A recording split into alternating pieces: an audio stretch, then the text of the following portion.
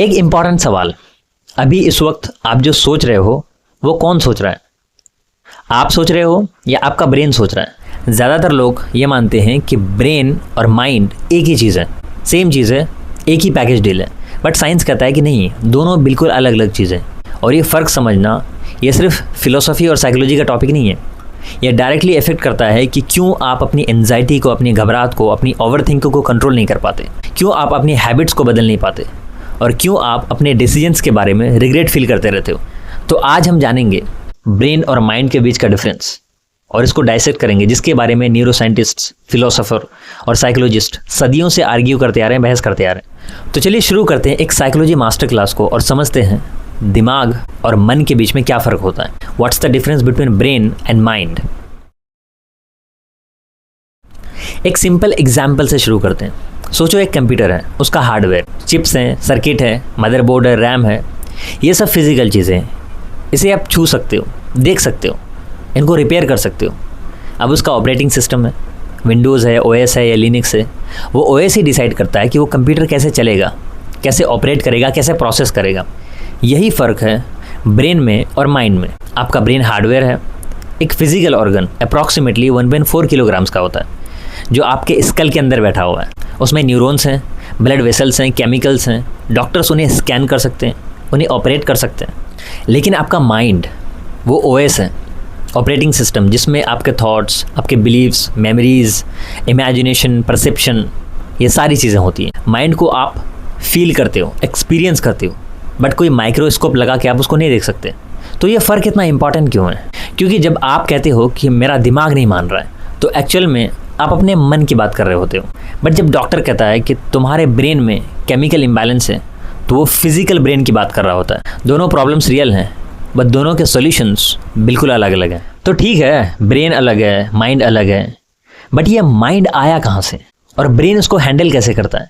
इसका जवाब आपको शॉक कर सकता है, क्योंकि कुछ साइंटिस्ट बिलीव करते हैं कि ब्रेन माइंड को बनाता नहीं है, सिर्फ रिसीव करता है।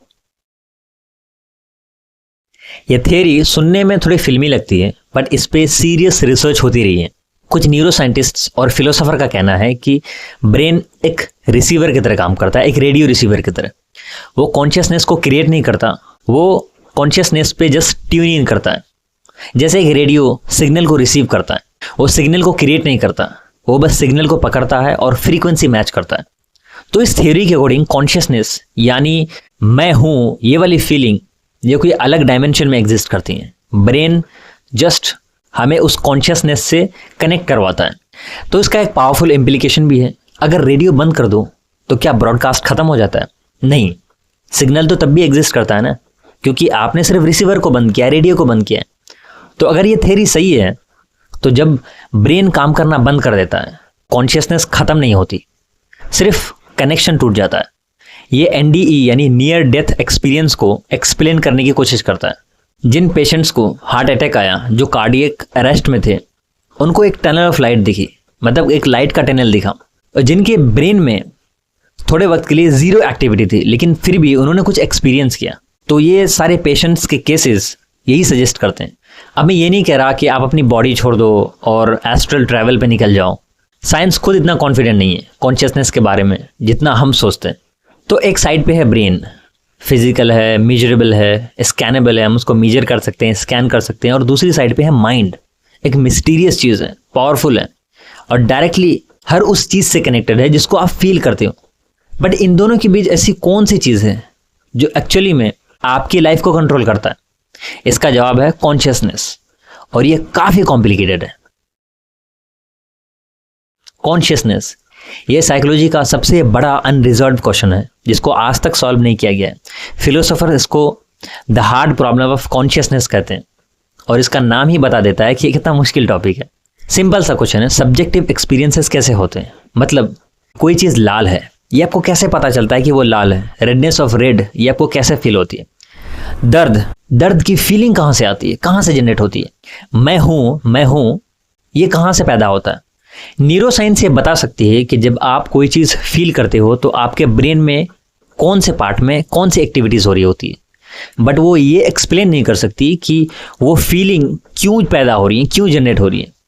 क्यों सिर्फ इंफॉर्मेशन प्रोसेसिंग नहीं होती है, एक्सपीरियंस होती है।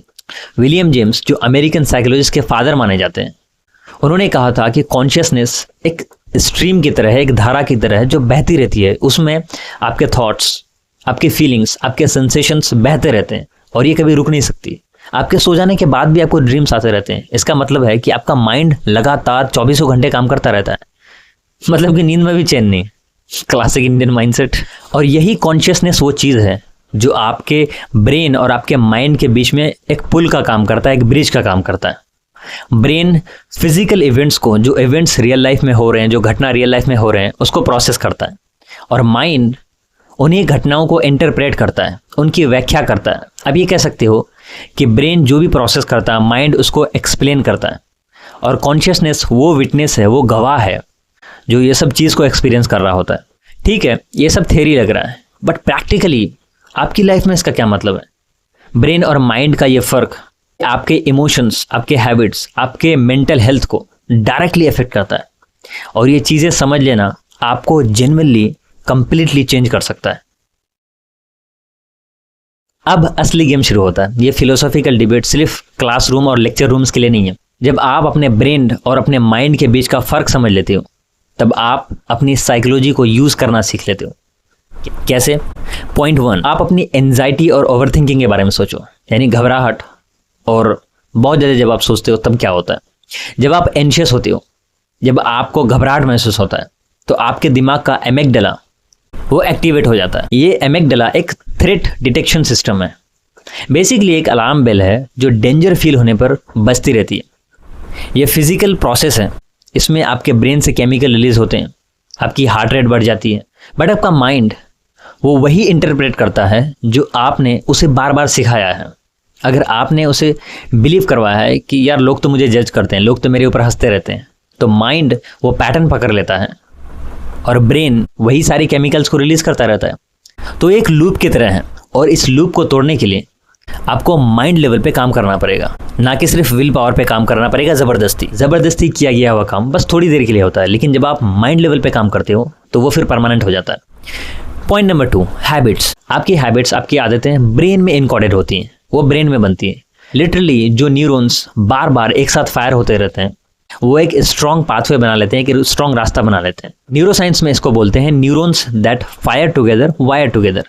बैड हैबिट्स को तोड़ना इसलिए मुश्किल नहीं कि आप वीक हो, मुश्किल इसलिए है कि आपका ब्रेन उस पाथवे को बहुत ज़्यादा स्ट्रॉन्ग कर चुका है और वो उस पाथवे को शॉर्टकट मानता है।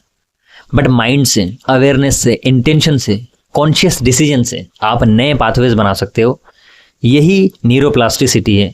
ब्रेन लिटरली फिजिकली बदलने लगता है न्यूरोप्लास्टिसिटी में। मतलब कि साइंस ये बोल रहा है कि आप लिटरली बायोलॉजिकली खुद को बदल सकते हो, अपने ब्रेन को कंप्लीटली बदल सकते हो, चेंज कर सकते हो। Point 3, emotions versus feelings. एक क्विक डिफरेंस और फ़र्क मैं बता देना चाहता हूँ कि आपके इमोशंस वो फिजिकल होते हैं, वो बॉडी में होते हैं। आपकी हार्ट बीट बढ़ जाना, मसल में टेंशन हो जाना, आपकी गट में, आपके पेट में रिएक्शंस होना, और ये सब ब्रेन ड्रिवन है। ये सब दिमाग का काम होता है, दिमाग करता है ये सारी चीज़ें। लेकिन फीलिंग्स वो मेंटल होती हैं। फीलिंग्स आपके इमोशंस का इंटरप्रिटेशन होती है, मतलब कि आप अपने इमोशंस को किस नज़र से देखते हो और कैसे एक्सप्लेन करते हो, यही फीलिंग्स होती हैं।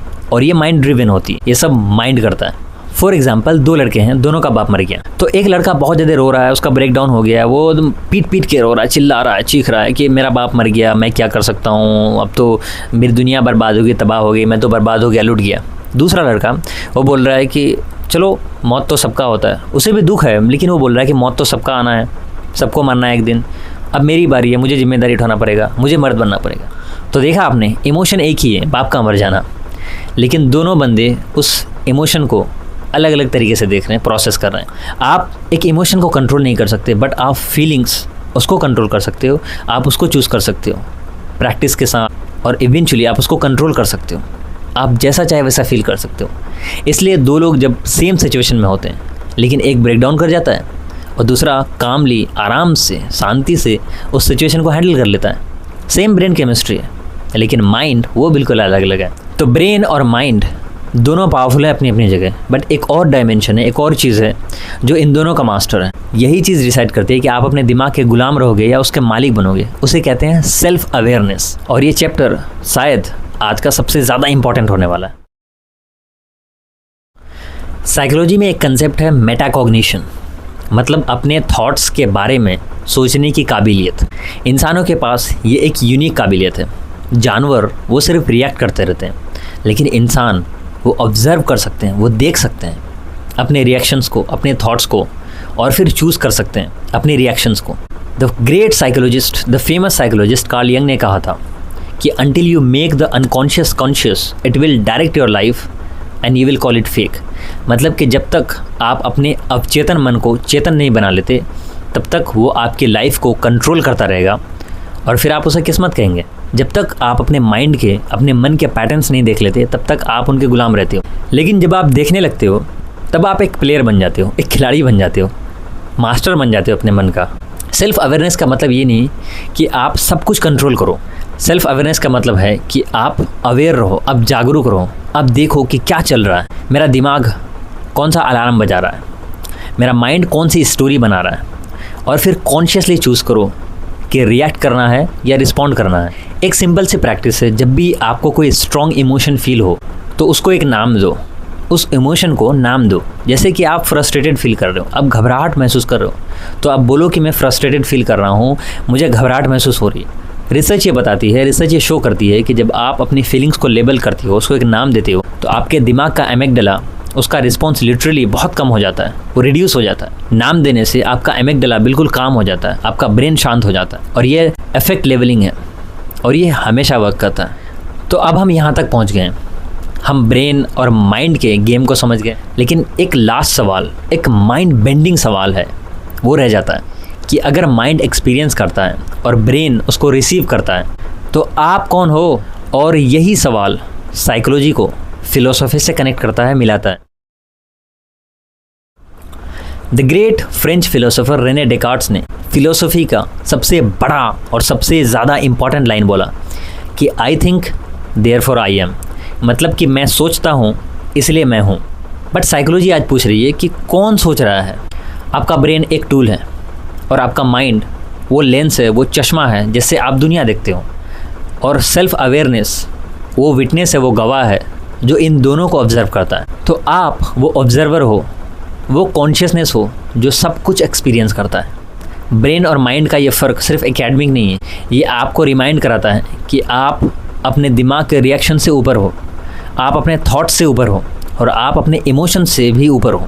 आप वो हो जो सब कुछ देख सकता है, आपके थॉट्स, रिएक्शंस, इमोशंस, हैबिट्स, मतलब लिटरली सब कुछ देख सकता है। आप इन सब से ऊपर हो, और ये रियलाइजेशन, ये थोड़ी सी भी अवेयरनेस, ये आपके एंजाइटी को, आपकी घबराहट को, आपके टेंशन को, आपकी ओवर थिंकिंग को, सबको रिड्यूस कर देती है, कम कर देती है, और आपको बेहतर डिसीजन लेने में हेल्प करती है, और आपको अल्टीमेटली एक काम, एक हेल्दी लाइफ जीने में मदद करती है, एक क्लियरर लाइफ देती है। तो कमेंट सेक्शन में बताओ कि क्या आपके साथ कभी ऐसा हुआ है कि आपका ब्रेन एक चीज़ को रिएक्ट कर रहा था और आपका माइंड कुछ और ही सोच रहा था। वो मोमेंट जब आपने खुद को ऑब्जर्व किया, वो मोमेंट ही सेल्फ अवेयरनेस का मोमेंट था।